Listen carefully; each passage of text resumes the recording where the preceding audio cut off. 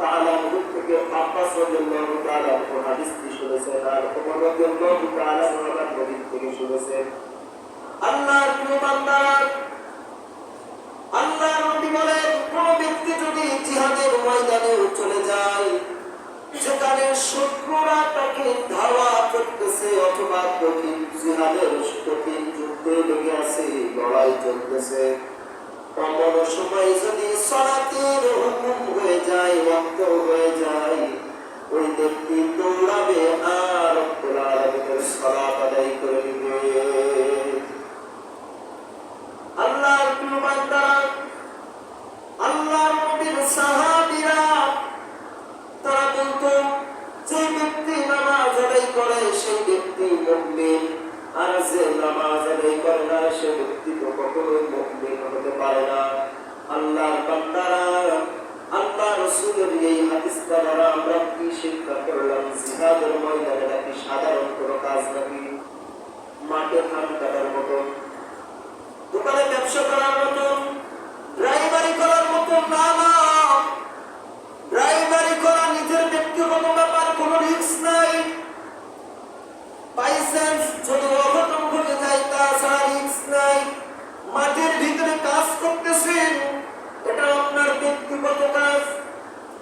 আপনি ব্যবসা করতেছেন, আপনি চাইলে নামাজের সময় নামাজ আদায় করতে পারতেন, কিন্তু মুসলমান ভাইরা পবিত্র দেখি জিহাদ কি নিজের ব্যক্তিগত মনগত কাজ।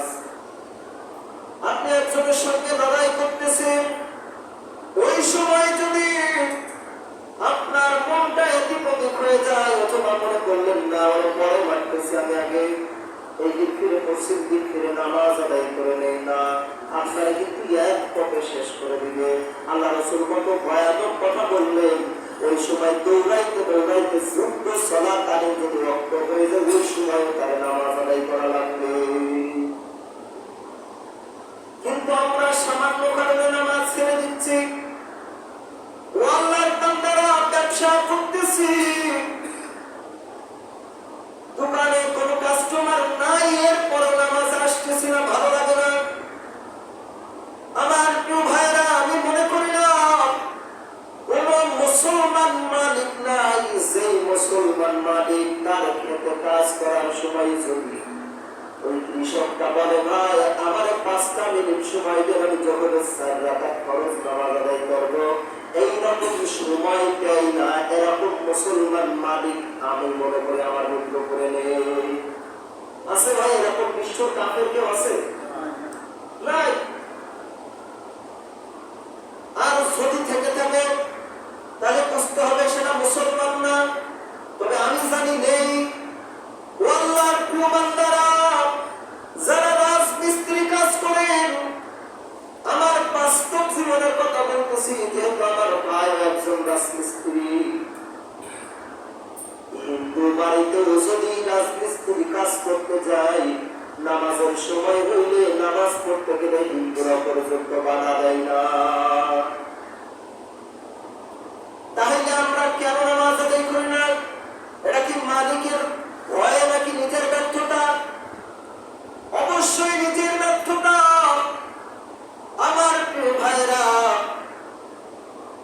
নামাজ যারা আদায় করে না, এই মানুষগুলা এত বড় হুকুম, যে মানুষগুলা কাজা করে, আপনি আজ পর্যন্ত আপনার জীবনে কখনো কি কোনো হুজুরের মুখ থেকে শুনেছেন, বা কোনো বইয়ে পড়েছেন, বা কোনো হাদিস দেখেছেন, কোন ব্যক্তি যদি নামাজ নাও পড়ে, নামাজ নাও আদায় করে, এই আমল করলে আল্লাহ পাক রব্বুল আলামিন তারে মুমিন হিসেবে গণ্য করে, এরকম কি কোনো হাদিস বা কোনো ওয়াজ আজ পর্যন্ত কোনো মুমিনের কাছে শুনছেন যে ভাই নামাজ পড়া লাগবে না, আপনি এই কাজটা করেন, নামাজের চাইতে বড় উত্তম এই কাজটা? এইরকম কি কোনো কথা আজ পর্যন্ত কোনোদিন কেউ শুনছেন? কোনোদিন শোনেন নাই আপনি। কারণ এই যে ছাদটা গেড়েছি আমরা, মসজিদের ছাদ, এই পিলার গুলো যদি না দিতাম, এই ছাদটা কি দাঁড়িয়ে থাকতো? এই দেওয়ালটা কিছু নাই, ছাদ কি দাঁড়াবে? তো ইসলামের 5টা ভিত্তি আছে।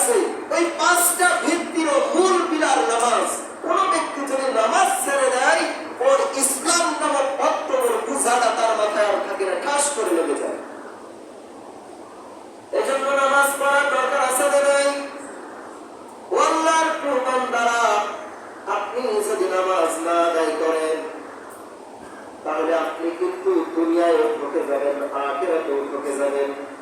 আমি সংক্ষেপে একটা উদাহরণ দিতেছি, দেওয়ার পরে সুন্দর একটা কথা বলবো, আমার ওদিকে খেয়াল করেন। আমার ভাইরা, যে নামাজ না পড়ে সে কি অন্যকে নামাজের দাওয়াত দেবে? যে নামাজ পড়ে না সে কি আর একজনকে নামাজের দাওয়াত দেয়? কখনো দেবে না, সম্ভব না। আমি মনে করেন বাজারে আমার দোকান আছে, আমার দোকানের ভিতরে 5 জন বসা আছে, আজান দিছে, হঠাৎ করে আমি দোকানে বসে আছি আর 5 জনকে বলছি আপনারা নামাজ পড়ে আসেন, নামাজ পড়াটা খুব দরকার। এরকম কি কেউ বলে? কেন বলে না?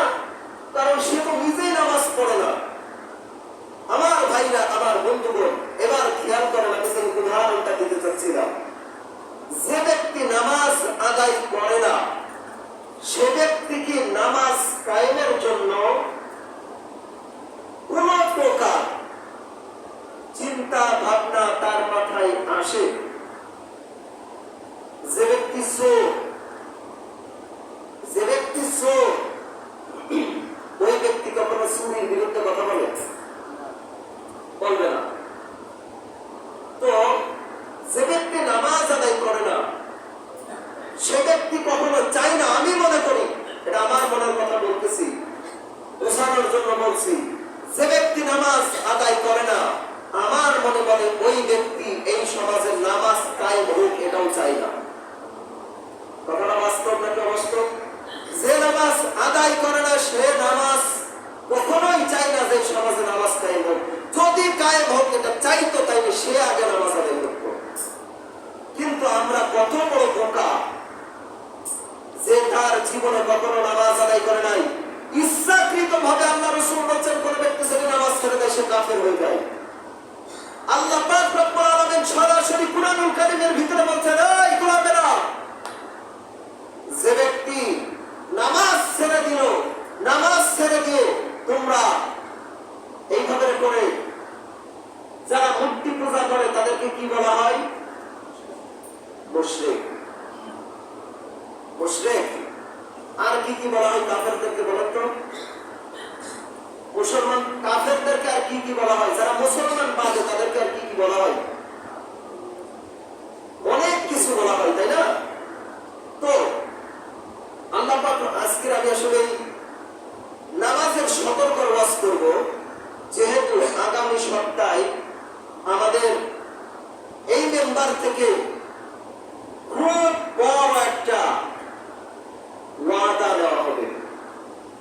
এজন্য আজকে ওইটা বলতেছিলাম, যে ব্যক্তি নামাজ ইচ্ছাকৃত ভাবে ছেড়ে দেয়, আল্লাহ পাক রব্বুল আলামিন বলেন তোমরা ইচ্ছাকৃত ভাবে নামাজ ছেড়ে দিয়ে কুফরকারীদের মতন কুফরকারীদের অন্তর্ভুক্ত হয়ে যেও না। কুফর করে কারা? যারা পথভ্রষ্টতা, যারা সীমালঙ্ঘনকারী। আল্লাহ পাক রব্বুল আলামিন বলেন তোমরা নামাজ ছেড়ে দিয়ে কুফরির অন্তর্ভুক্ত হয়ে যেও না। তার মানে বোঝা গেল যে এই মিয়া তুমি নামাজ ছেড়ে দিয়ে অথবা এই পথে যাইয়া অমুক সাপের গর্তে পড়ো না। তার মানে ওই পথে চাইলে সাপের গর্তে পড়ার সম্ভাবনা আছে। তো যারা নামাজ ছেড়ে দেয় তারা কুফরের অন্তর্ভুক্ত হয়ে, কথা বলেন না, হয়ে যাবে।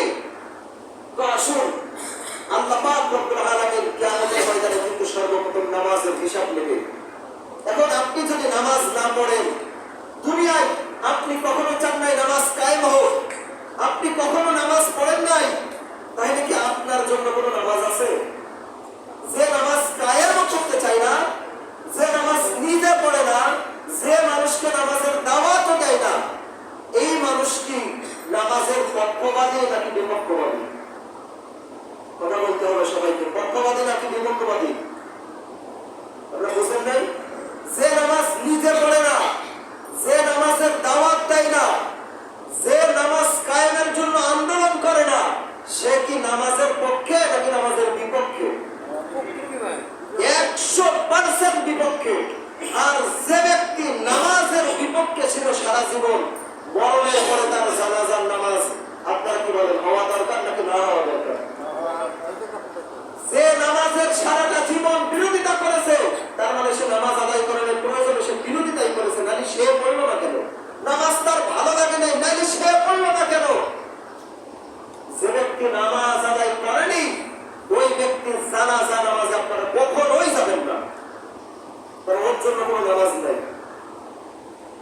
ইচ্ছাকৃতভাবে যে নামাজ আদায় করেনি তার জানাজায় যাওয়া যাবে, কারণ সে হিন্দু। সে কি কথা বলতে হবে? সে কি? সে কাফের। আল্লাহ রাসূলের কথা অনুযায়ী ইচ্ছাকৃতভাবে যে নামাজ ছেড়ে দেয়, আপনি কি এমন কাজ করেন যে আপনি ইচ্ছাকৃতভাবে নামাজ ছাড়লেন না? বলে হুজুর আমার এই কাজ এই কারণে যাইতে পারি নাই, ওই কাজ আমি ওই কারণে যাইতে পারি নাই। তোমার ওই কাজ তো আর জিহাদের চাইতে বড় হইতে পারে না। তাহলে বোঝা গেল আমরা যারা নামাজ আদায় করি না, আমরা কি কোন কারণবশত নামাজ ছাড়ি নাকি ইচ্ছাকৃতভাবে নামাজ ছাড়ি? সবাই বলেন ইচ্ছাকৃত নাকি কোনো কারণবশত? ইচ্ছাকৃত। আর রাসূলের হাদিস অনুযায়ী যে ইচ্ছাকৃতভাবে নামাজ ছেড়ে দেয় সে ব্যক্তি আর মুমিন থাকতে পারে না। আর কোন কাফেরের জানাজা